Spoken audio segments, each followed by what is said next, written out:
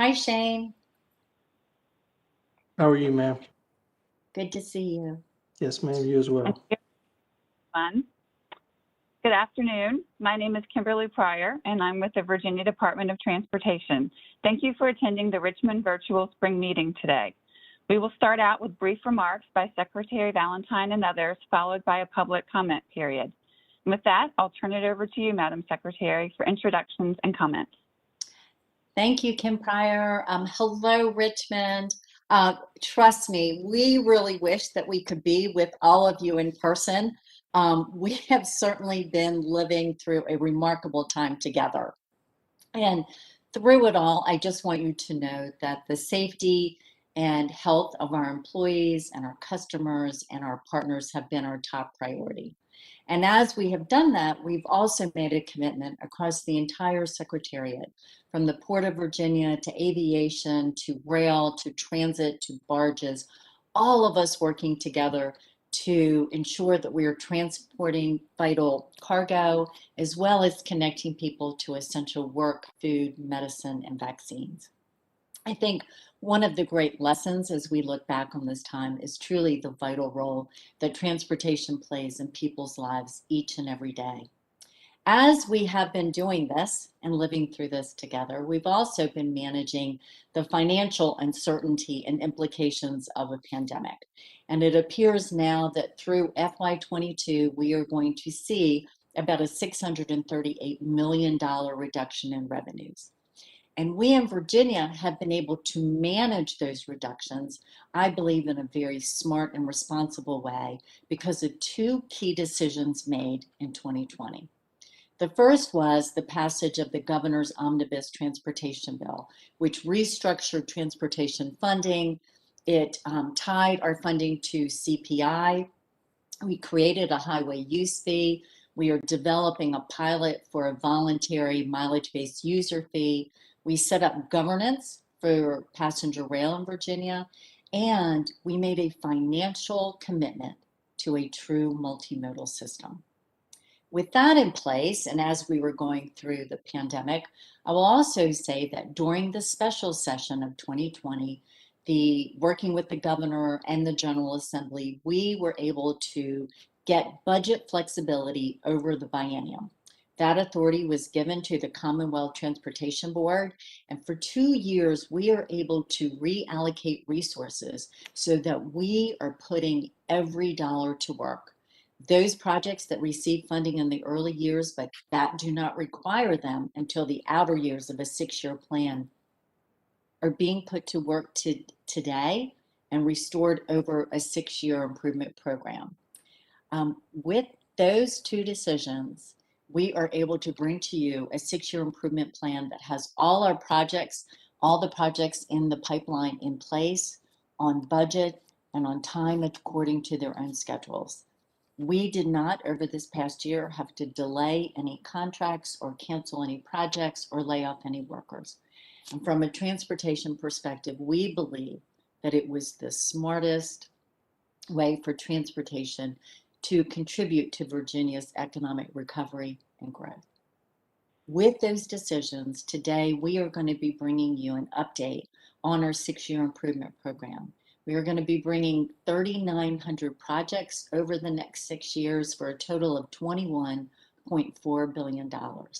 With me today, I have Commissioner Britt. He's going to be going over the safety of our program, as well as the major highway programs within the 6-year improvement program. We have our director of the Department of Rail and Public Transportation, Jennifer Mitchell. She's going to be going over rail and transit updates, as well as giving an overview of the Transforming Rail in Virginia initiative that was announced. The definitive agreements were announced at the end of March, and very, very important for the Richmond District. We also have Shane Mann, our district engineer from Richmond. And Shane, I have to say that through the pandemic, we've not been able to spend enough time together in person, but I will look forward to that in the remaining of the year. And then your CTB member, Carlos Brown, who represents the Richmond District just so admirably. He really represents this region with such clarity and vision, and he also serves as the representative on the new Central Virginia Transportation Authority. So with that, Commissioner Britch, I'm going to turn it over to you for your update. Madam Secretary, thank you very much for the introduction. First and foremost, I'd like to thank everyone that is viewing tonight and welcome you to the Richmond District. I certainly share the Secretary's comments about being in person and can't wait till we're together again. Certainly these aren't the same as they used to be when we were holding them in person. So as the Secretary indicated, that I've got just a couple points that I'd like to make this evening. First and foremost is our importance of safety. April, as you may have noticed, was our Highway Safety Month here in Virginia, as designated by Governor Northam. And VDOT partnered with a number of sister agencies to heighten the awareness of highway safety throughout the Commonwealth. And those agencies included the Virginia State Police, the Department of Motor Vehicles, the Department of Health, as well as the Department of Education. Part of the endorsement for Highway Safety Month was also when VDOT traditionally observes National Work Zone Awareness Week. And for those that may have seen our variable message signs, last week was National Work Zone Awareness Week, where we had posted our national theme, which is drive safe, work safe, and save lives.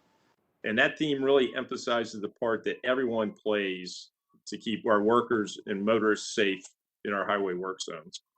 I also want to remind everyone this evening that as you traverse our work zones, and there are many of them out there, as you'll see from our 6-year improvement program, is to remind everyone to be alert and expect the unexpected.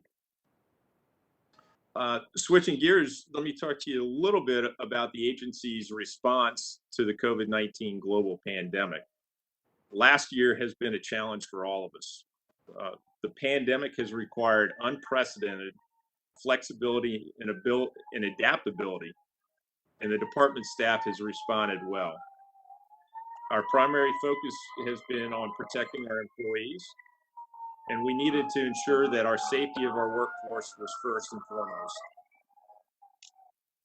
We had to adjust immediately to our new operating environment, whether that be from our field crews learning to social distance to our office workers now embracing teleworking.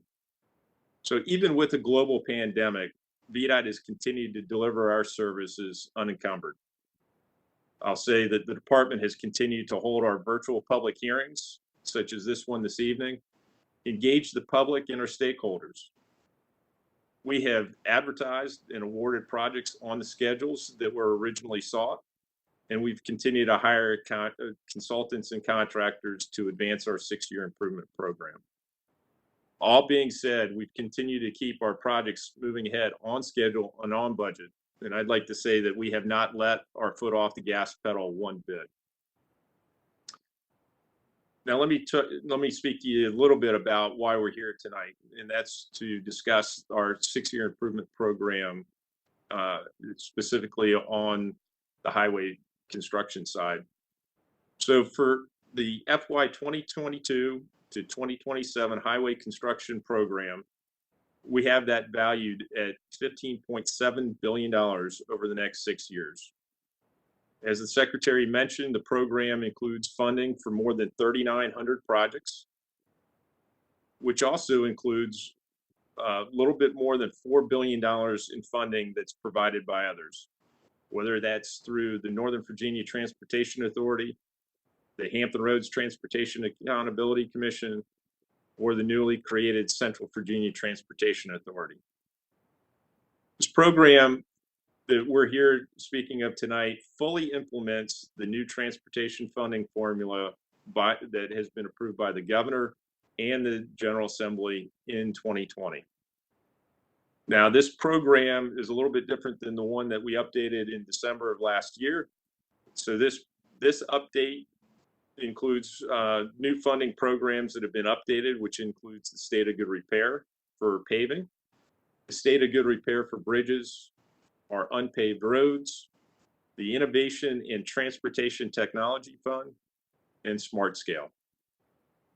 In addition to these program areas, our regional planning partners have also updated the Regional Surface Transportation Program, as well as the Congestion Mitigation and Air Quality Program.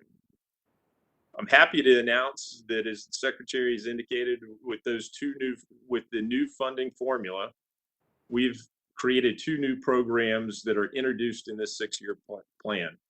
And that is the Interstate Operations and Enhancement Program and the Virginia Highway Safety Improvement Program. These new projects in each of these new funding programs can be viewed on the website URL at the bottom of this page. I highly encourage you to take the time to be able to review this information, and we seek to have your comments this evening, as well as through written or electronic form. Madam Secretary, that's going to conclude my comments for this evening, and I'll turn it back to you. Thank you, Commissioner Britt. And with that, Director Mitchell. Great, thank you very much, Secretary Valentine. Very happy to be here tonight. I echo the Commissioner and Secretary's comments before about wishing we could do this in person. It's certainly not the same in a virtual environment, but hopefully we'll be able to do that again in the not too distant future. So very happy to be here to speak with you about some of the highlights from DRPT's 6-year program as well. In fiscal year 22, we'll be allocating over $1 billion in federal and state funds for rail and public transportation. That includes $756 million for our public transportation programs, including $20.9 million for the new transit ridership incentive program, which provides funding for regional routes, but also for low fare and zero fare programs as well. We'll be allocating $266 million for rail projects, and that includes $88 million for our Transforming Rail in Virginia initiative, $83.5 million for our new Western Rail initiative to extend rail to the New River Valley, and also another $83.5 million for expanding commuter rail service on VORE's Manassas line. As far as the Transforming Rail in Virginia program goes, this is a program of projects that will be very significant for the city of Richmond as well, in the Richmond region. We will actually be doubling our state-supported rail service between Washington, D.C. and Richmond, with now almost hourly service during the day. And we will also be expanding Virginia Railway Express service on our Fredericksburg line, which will also include first ever weekend service and late night commuter rail service as well. So through this initiative, we're purchasing 384 miles of CSX right-of-way and 223 miles of track in several corridors that parallel I-95, I-64, and I-85. That includes half of CSX's railroad right-of-way between Washington, D.C. and Petersburg, all of the CSX right-of-way between Petersburg, Virginia, and Ridgeway, North Carolina, which is an abandoned line known as the S line, and then nearly all of the CSX-owned right-of-way between Doswell, Virginia, and Clifton Forge on what is known as the Buckingham Branch. This will now be Virginia-owned property and will also be managed by the new Virginia Passenger Rail Authority, which was established in last year's omnibus legislation as a new agency to manage and own these assets. We're in the process of standing up and mobilizing that authority right now. We will be building as well 37 miles of new track and also implementing infrastructure improvements between Richmond and Washington, D.C. That includes a new 2-track bridge between Virginia and D.C. known as the Long Bridge. The current structure is owned by CSX, and it is for both freight and passenger rail service, and it's one of the biggest rail bottlenecks on the entire East Coast. It also is literally the connection between the Southeast Rail Corridor and the Northeast Corridor as well. So we'll be constructing a new expansion bridge next to the existing bridge, which will be dedicated specifically to passenger and commuter rail services. Right now, all of the rail traffic we have across the state goes over that bridge, including much of CSX's freight service as well. and the bridge itself is at 98% capacity. So with that, that'll make it possible for us to expand service here to Richmond, but also other areas of the state as well. Switching gears over to the transit side of our 6-year plan, this is the 3rd year that we've programmed funds using our new merit data-based prioritization process. We received a total of 592 requests across 216 million in requests across 592 projects, which was one of the biggest years of requests that we have had in quite a while. And we, however, was consistent with needs that we had identified back in 2019 as part of a transit capital needs assessment. So consistent with CTV policy, we'll be prioritizing applications for state of good repair. And that includes projects to replace assets that are within 95% of their useful life. So 97% of our state of good repair allocation will be for mainly replacement revenue vehicles and buses. We evaluated a total of 451 projects, and we're going to be funding 374 of those. Additionally, we'll be funding 62 minor enhancement projects for expansion vehicles, technology, and other system infrastructure. And that was out of a total of 135 project applications that we received. We'll be also allocating $7.8 million this year from our VW Mitigation Trust Fund for electric buses across the state. This is the 3rd year of our partnership with the Department of Environmental Quality to allocate funds for transit vehicles. So after this 3rd year, it will be a total of $16.7 million that we will have allocated for clean electric buses across the state. This year, we'll be providing these grants to Valley Metro in Roanoke, Blacksburg Transit, and also the Fairfax Connector Service. So this has been an unprecedented year for transit agencies that have struggled to keep up with additional costs associated with COVID and safety measures, but also with declining ridership given changes in commuting patterns, but also while providing very essential, ongoing essential services throughout the pandemic. We provide our operating funding based on a formula that includes performance metrics. This year, we're giving out an additional 2% in operating funding. So all of the transit agencies across the state will see some increase in their funding over last year's levels. We also allocate funds from our what we call our special program, and that includes some of the federal relief funding that we received this year that we allocate to human service providers and rural transit properties. We will also be funding commuter assistance programs, which were handed some lifeline service back in FY21, but for FY22, we'll be back to funding it near pre-pandemic levels, but with a focus on programs encouraging a return of riders to transit. We'll also be supporting some additional marketing and research for ensuring transit safety and public education about transit safety as well. So quickly, a few highlights here from the Richmond District. We'll be allocating a total of $90.9 million in federal, state, and local funding through our 6-year plan this year.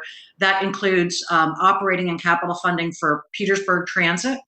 For GRTC, with GRTC, we will be providing operating funding, but also funding 30 buses, 19 vans, and a number of station enhancements to the Pulse corridor as well. We're also providing GRTC with funding for technical studies, for dedicated transit lanes, a neighborhood transit center, an O&M property study, and also funding for a study on the next BRT corridors in the city. We also provide commuter assistance program grants for ride finders and the City of Richmond's mobility marketing program, and funding paratransit vehicles for a number of human service transportation operators, including Dash Transportation Service in Hanover County, Goochland Cares, Heart Havens, Chesterfield's Community Services Board, and St. Joseph's Villa. And just finally, on our statewide rail planning program, we are going to be initiating a what's called a Section 106 analysis for the City of Richmond related to our DC to RVA. This will be an amendment to work that was done previously in downtown Richmond. In addition to that, we'll be doing service development planning across the state, updating our statewide rail plan, studying what's called the Commonwealth Corridor, which would be from Hampton Roads to Richmond to Charlottesville and further points west, doing additional station improvement planning, and then additional statewide rail planning as well. So that concludes my remarks. Again, happy to be here. Look forward to hearing comments from other members of the public. And Secretary Valentine, I'll turn it back over to you. Thank you, Jennifer. Mr. Brown, welcome. Thank you, Madam Secretary, and thank you to my esteemed colleagues here, Commissioner and Director Mitchell, and all others. I won't belabor. I think you've heard about all the good work that's happening in transportation. This is a side note. Prior to the call, just Commissioner Birch and I, along with Secretary Valentine, we're talking about all the monumental changes, the historic changes and accomplishments that have been made over the last 4 years on the laundry list of major transportation challenges in the Commonwealth. And just to talk about a couple of them, of course, we all are familiar with what's happening in Hampton Roads and what's happening in Northern Virginia. And for a while, there was some thought that Richmond might get left behind. But that has not been the case. What I can tell you, and although these scores are not kind of publicly released as of yet, Richmond has done very, very well in this fourth round of Smart Scale. I suppose they actually are out there. I think we had a presentation on them in our last meeting. We've done very, very well in this round of Smart Scale, and we're progressing with regard to the advancement of our multimodal transportation system. Many folks, when they think about multimodal transportation, they think about Hampton Roads in Northern Virginia. They think about the trains and the buses and all those things that they have there. But Richmond is developing its network, and with our BRT process, for the first time with the CBTA, the dedicated funding for transit, with the work that we're doing with regard to the port, even the Port of Richmond, in addition to the studies that are underway as we think about expanding our transit network into some of the surrounding jurisdictions outside of Richmond and Henrico and Chesterfield. There are advancements being made. And there's a lot of work that's being done behind the scenes on some of the more annoying issues that we've been wrestling with in the Richmond District, such as for example, the 64 corridor issue that really locks up on us in the summer. There's work being done on how we might mitigate that, and hopefully before the end of this administration, we'll be able to announce what we're going to do to help address that. So I'm really thrilled at the work we've done, the accomplishments, the partnership that we've had with the Northam administration, Secretary Valentine, Commissioner Brinch, and Director Mitchell. I think there's a lot of good things to come. I do want to take a moment to talk about something that we don't think about a lot, which is the efforts by VDOT to work on sustainability. And I know Secretary Valentine, it's been a major commitment of yours and Commissioner Brinch to really focus on how we can do our part around sustainability, being good stewards of our environment, and contributing to helping with regard to the climate change battle.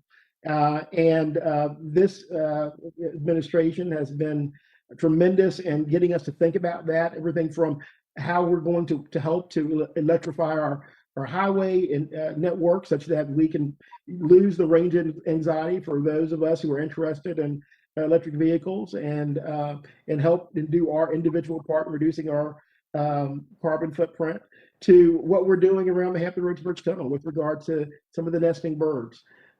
So again, there's a lot of work going on in so many different ways. I don't want us to have this meeting and not acknowledge that work, because it is making a difference. Everyone can do something to make a difference, and that's certainly happening here. So with that, I will participate in the meeting and be happy to take questions. Thank you, Mr. Brown. And you are so right. Environmental stewardship, a commitment across the board with resiliency, sustainability, reduction of greenhouse gases, all of that. And I give a big shout out to Chief Deputy Commissioner Rob Carey for leading that effort on all of our behalfs. And so it has been a major commitment. I will just say one of your commitments you didn't bring up was trails.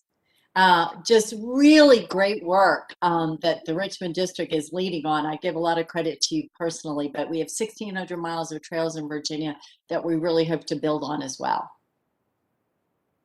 So recognizing your leadership there. With that, I'm going to turn it over to the district engineer in Richmond, Shane Mann. Thank you, Madam Secretary. Good afternoon to everyone, and welcome to the Richmond District, even if we are here virtually. As the district engineer, I have the distinct honor to represent and lead about 890 VDOT employees serving 14 counties across Central Virginia and Central and Southside Virginia. This honor is very special this year as our employees have continued to do the work of the Commonwealth during very challenging times, as Commissioner Bridge mentioned. Our employees have performed exceedingly well and represented VDOT with pride and distinction. Few facts about Richmond District. We support and interact with 14 counties, the cities of Richmond, Colonial Heights, Petersburg, and Hopewell, and also lots of additional towns and localities fall within our district footprint. We have 4 residency offices, Ashland, Chesterfield, Petersburg, and South Hill, and we're responsible for approximately 15% of the Commonwealth's roadway inventory. That's just under 19,000 lane miles. That is the largest inventory of any construction district in the Commonwealth. A few project highlights for Richmond District over the past year. Completed projects, we completed the roundabout at Laburnum and I-195 in the city of Richmond. We completed an interchange improvement at Route 288 and Broad Street in Goochland County. We completed an intersection improvement at County Drive and Bull Hill Road in Prince George County. We also have some projects under design and development phase. We have the intersection improvements at Route 460 and Lewistown Plank Road in Nottoway County. We have intersection improvements at Huguenot Springs Road and Woolridge Road in Powhatan County. We have the I-95 South Bridge Deck replacement over Route 301 in the city of Petersburg. Currently under construction, a few projects to highlight. We have the I-64 bridge replacements over Airport Drive in Henrico County. We have Route 360 over Route 360 Business and Norfolk Southern Railway in Amelia County. We have intersection improvements at Parham and Patterson in Henrico County. I-95 Morris Street interchange improvements in the city of Richmond, and I-95 over Raymond Road bridge replacement in Chesterfield County. So a lot of work ongoing and in development in Richmond District. A few other items of note. As a district, we continue to work with our local government partners in delivery of all of our programs. Locally administered projects continue to be a large part of our program, and constant effort is required to deliver those programs successfully. As mentioned by Commissioner Bridge and Mr. Brown, the CVTA is a new funding program for the Richmond District, and we continue to partner with the local government entities as the framework for CVTA comes to bear. This will have an impact on the size and complexity of our 6-year plan in the coming years, and we look forward to the opportunities that program will bring to enhance our regional transportation network.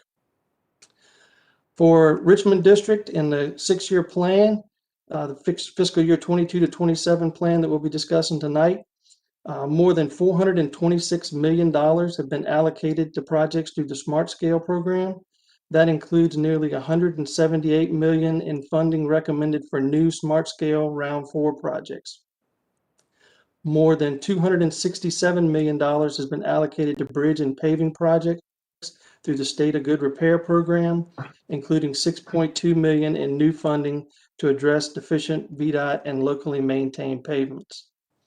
So the next steps for the 6-year improvement plan, late April, early May, which we're doing now, the virtual spring meetings will be conducted. In May, the CTB will approve the Smart Scale Round 4 consensus scenario, incorporating feedback from these virtual meetings. Also in May, the CTB will consider the Interstate Operations and Enhancement Program policy and recommendations. And in June, the CTB will adopt the final fiscal year 22 through 27 6-year improvement plan. I will now pass it back to Kim to discuss how the public comment portion of the meeting will be handled. Thank you, Shane. Next slide, please. This current slide shows the various options for submitting comments. Comments may be submitted online, by email, or by regular mail. Next slide.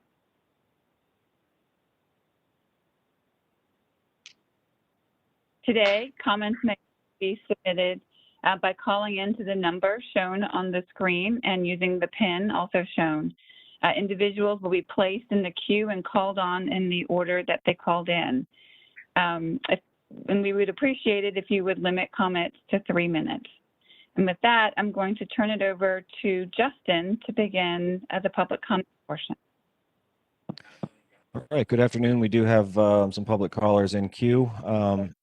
Kelly Coiner, if you would like to address the meeting, you have the floor.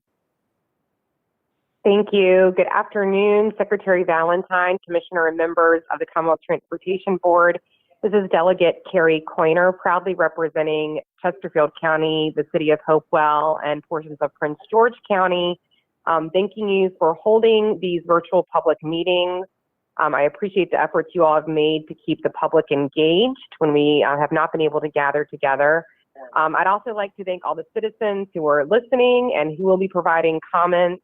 I know I've heard from you all about the need for more pedestrian access, bicycles, sidewalks in areas. Really excited to see continuing in the program going forward, improvements centered around school hubs. So we have a brand new Harrogate Elementary School, and continuing to emphasize the need to connect where people live and how they want to get to school. So excited to see those pedestrian and bicycling areas continue. Also, great to see the Lower Appomattox River Trail continuing that work. We cannot wait till the day we can start in Chesterfield and make our way through all of our other localities that surround us by bike and walking. And finally, I know those of us who travel along Route 10, one blessing of COVID is I know our highway folks who have been working on the Route 10 widening improvements have been thankful for less traffic over the last year. And I know citizens are thankful that that project seems to be moving along quickly. We have brand new pavement out there this week. I think we're getting ready to switch lanes and start moving where they can start the center lanes being worked on. So really just highlighting some things I'm excited about that are in the program, and look forward to listening in on other citizens and their comments. Thank you all for the work that you do. Delegate, thank you so much for taking time to be with us today. You're welcome, and thank you for what you all do. Thank All right, and you. next Have a in good the, night. Okay, Justin. Yes, ma'am. So next in the public queue, Melody Foster, if you would like to address the meeting, try to keep your comments to 3 minutes or so, and you have the floor. Hi, this is Melody Foster, Executive Director of the Commonwealth Regional Council, which is one of 21 planning districts that covers the state of Virginia. Localities covered by the VDOT Richmond District in our area include Amelia, Lunenburg, and Nottoway counties, all rural localities.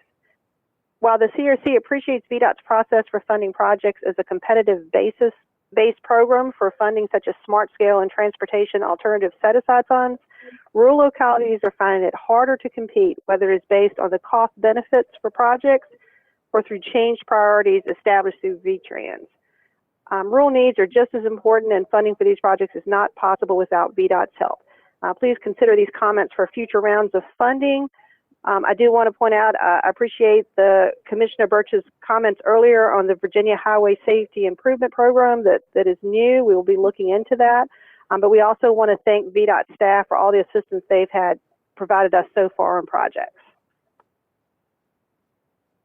So Melody Foster, I can't see you, but I like hearing you whether in Richmond or the Lynchburg District. Yes, ma'am. It's nice to hear your voice as well. Wow. Yes, and you are so right. Rural communities are equally as important. Thank you. All right. Thank you. Next on our public call queue, Donald Hunter, if you'd like to address the meeting, you have the floor.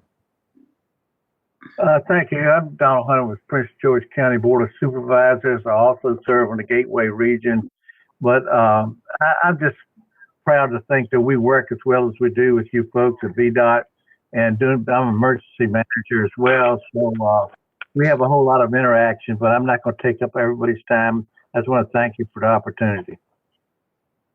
Thank you for being here, sir. We really appreciate it. And next on the public call queue is Dusty Forbes. If you would like to address the meeting, you have the floor.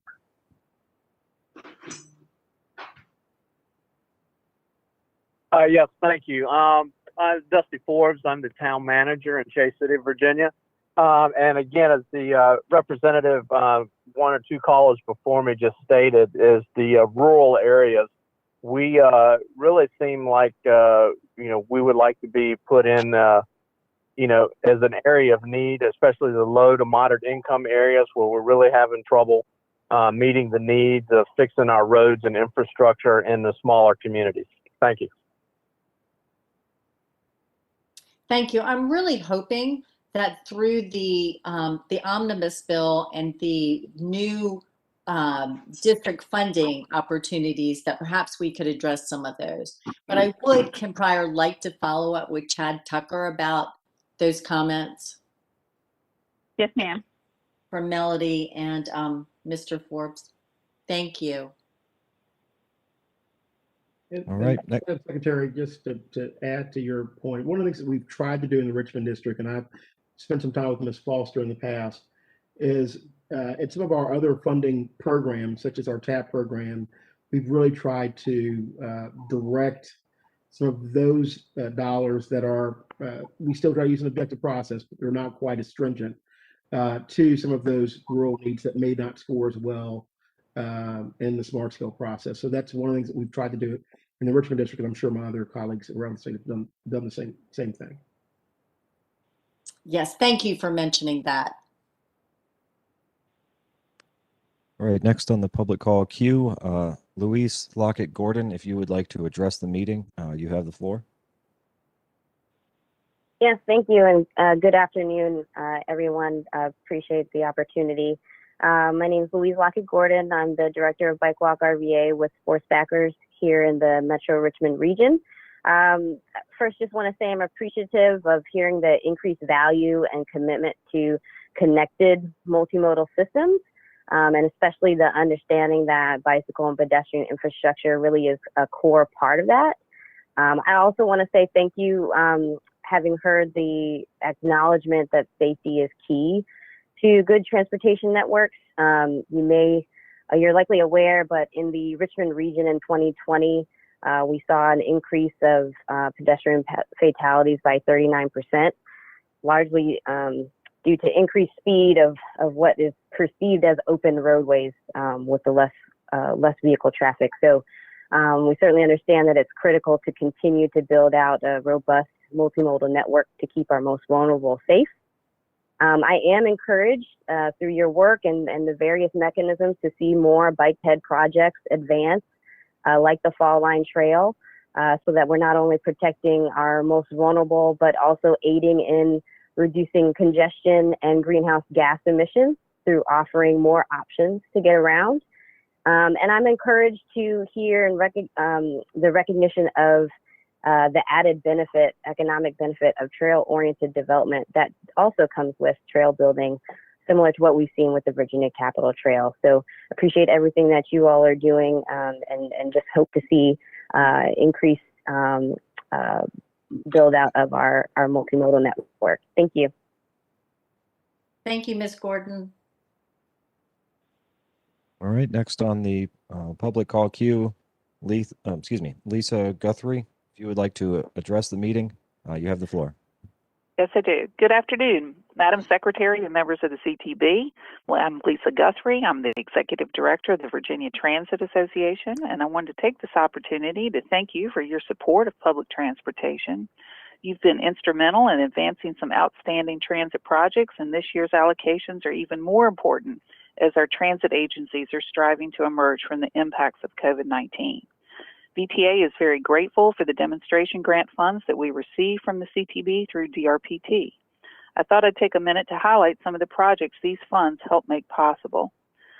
The VTA has launched a transit equity project in partnership with DRPT. DRPT will be focused on the equity and modernization study as a result of Delegate McClynn's HJ 542 that passed in 2021. VTA's emphasis is on developing a resource toolkit to prepare transit agencies, their governance boards, and the communities they serve to advance equity goals. No service is more critical than transportation to our underserved populations, yet our industry has long been influenced by inherited structural racism. Second, VTA is administering a grant through the Virginia Department of Social Services to pay for low-income individuals' fares to ride transit or van pools to work or to go to job training. While some transit agencies are continuing their COVID zero fare policies, others have had to resume charging riders. This program removes the barriers for those least able to pay. We have worked to promote awareness in the public of the benefits of using public transit, and we've produced a series of videos for social media called Virginia Faces of Transit that can be found on our website. Those highlight the environmental, business, medical, and social benefits of transit and the access it provides. During COVID, VTA has continued to provide educational training and resource materials to transit agencies so that they have access to the best industry standards and requirements. We'll continue to coordinate with our agencies to ensure they have the knowledge and skills to provide the best services. We look forward to continuing our alliance with you and DRPT as we all work together to provide all of our citizens mobility. Thank you. Thank you, Lisa Guthrie. It's great to see you here. Right, and we did have one call in while we were going through the queue. We had a new caller with the 804 area code ending in 66. Will you confirm that you are looking to make comment in the meeting today and introduce yourself? Are you talking about me? I am. Hi, this is Ron Swikowski from Tri-Cities Area MPO. Welcome. Sure. So, yes, if you'd like Welcome. to address Thank the you. meeting, Yes. you have the floor now. Try to limit your comments to the 3 minutes or so. Thank you. And as I introduced myself, I'm Ron Swikowski, Director of the Tri-Cities Area MPO. And of course, as we all know, the past year has been tough on us and it's on small MPOs and rural localities mentioned earlier. And it's not just due to COVID, but there's a few things that I wanted to mention tonight that I think are affecting the 6-year plan that you're reviewing. First of all, a smart scale. Our MPO submitted 4 pre-applications. 3 of them came from VDOT study recommendations. 2 were declared ineligible due to changes to rules made just before and after the pre-application phase. 1 eligible project, we weren't able to develop a reduced scope, cheaper solution in time, which we're hoping to get working on. Also, our MPO applied and its members applied for a number of good projects, but none were recommended for funding in round 4. In previous rounds, we at least enjoyed getting a few smart scale projects, including the top safety project in Virginia. The change to the safety scoring rules make it tougher for rural and small MPO locations to compete with larger urban locations. Safety score is the main scoring factor for small urban and rural projects, according to Chad Tucker. Many projects in high density areas got huge bump ups in scores under the land use category by merely being there. In the case of Richmond District, CVTA localities not only kept their gas tax, but they also will get $35 million of the $46 million of the district grant supplement generated by the new gas tax from the rest of us. And the Fall Line Trail, which I think some have already mentioned, all but one of the applications in Tri-Cities and Richmond Metro from that ATP study scored too low to be recommended for funding. And you may recall I asked you all in the fall of 2019 meeting to find other sources of funding, and I hope the CTB is still committed to doing that. Number 2, VTrans. Many needs identified in the VDOT funded studies in our area did not make it to the midterm needs list. Kind of need to work that together better. The priority 1 needs in most small MPOs are only intersections and small scale needs. And while the identified VTrans midterm needs are still eligible for smart scale and other programs, small MPOs in rural areas will likely not get VDOT or DRPT assistance to study our larger needs and solutions or to find less expensive solutions than those identified in VDOT funded studies. So the larger needs, such as the I-85-95 interchange, are effectively selected out. The I-95 corridor, I'm commenting now, but I'll send this to you all too. Many of the projects in the mainline roadway improvement plans list in the interim I-95 corridor plan were dropped out of the spring meeting's interstate projects map. Not quite sure what that means. For example, 2 mainline needs were identified in the interim report related to the I-95 interchange that apparently disappeared. And lastly, the presentation by John Lawson last month appears to show only $123 million in the I-95 fund for a fiscal 22 to 27 6-year plan for the entire I-95 corridor. Boy, that's pretty small. And thank you for giving us a chance to speak to you today about issues that are important to us and affect the draft 6-year program. Okay, well, you got a lot in there, so thank you so much. You raised a lot of good Well, issues. I'm trying to give you more details. No, That'll help you that's as great. you move along, That's move great. forward. Thank you. Yeah. All right, Ron, will you do me a favor and stay on the line, and I'll grab some contact information from you once we have reached the end of the call. We did have a couple of further callers join us. We had a new caller with the 804 area code ending in 84. Will you confirm that you're looking to make public comment today and introduce yourself? Yes, this is Trip Pollard with the Southern Environmental Law Center. All right, Trip, welcome to the meeting. We are going through the public call.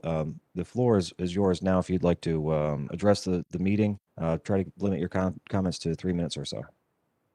Right. Good afternoon.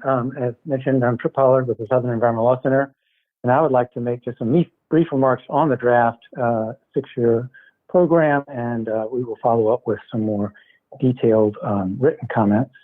Chairman Valentine, CTV members, other state officials, first, thank you all so much for what you've done to adjust to the unprecedented challenges presented by the pandemic. It's been a monumental task, and you all have handled it admirably. We also appreciate and strongly support the important steps the Commonwealth has taken toward creating a more sustainable, resilient transportation program in recent years, including advancement of the landmark Transforming Rail in Virginia initiative. This is very significant, as Director Mitchell said, for both the Richmond region and for the entire Commonwealth. And also greatly appreciate a number of other projects and studies that have been mentioned in the various opening remarks. We also strongly support continued development of the robust smart scale approach, which has greatly increased transparency and objectivity in transportation funding, as well as the greater emphasis placed on maintenance and on maximizing investment in existing infrastructure before adding new asphalt. We also would like to recognize, as you mentioned, Madam Secretary, the progress on trails in the Richmond region. These are all areas of significant progress in policies and in the plan. It is clear, though, that much more needs to be done in the 6-year program and elsewhere to address transportation-related emissions in order to meet Virginia's goals to reduce greenhouse gas pollutants. The transportation sector remains by far our leading source of carbon pollution, accounting for almost half of the carbon pollution we produce. More also needs to be done to reduce inequitable burdens of local transportation pollution in overburdened communities and to improve access to public transit and other affordable travel options. Madam Secretary, we appreciate your commitment to the goals of environmental stewardship and equity in transportation, as well as the steps I mentioned earlier, and those that are still in the works, such as a new policy for reviewing greenhouse gas emissions of proposed projects. But we need to do much more quickly. Despite positive increases in the overall amount of funding for rail and transit in this draft plan compared to the last one, we are concerned to still see the amount of emphasis placed on highways. Experience has shown highway expansion often does little to alleviate congestion, further exacerbating air pollutants, environmental inequities, and suburban sprawl. Among other things, we also think we need to strengthen climate resiliency analysis of projects and improve the interstate prioritization process, as well as do more to fund transportation electrification beyond the VW money that was mentioned earlier. Moreover, we need to account for the Commonwealth's climate policy to achieve net zero emissions in all decision-making processes, such as strengthening greenhouse gas emissions at smart scale, ensuring greenhouse gas emissions and climate change effects are adequately incorporated into project reviews under NEPA and state review processes, including for regionally funded projects, and the climate is adequately incorporated in all transportation planning efforts. Thank you again for all you have done and for all you're doing. Thank you, Trip Pollard. Thanks for being a partner. All right, Trip, if you'll do me a favor and stay on the line, I would like to grab some contact information from you. And Okay. Madam Secretary, I can confirm that's the end of the public call queue.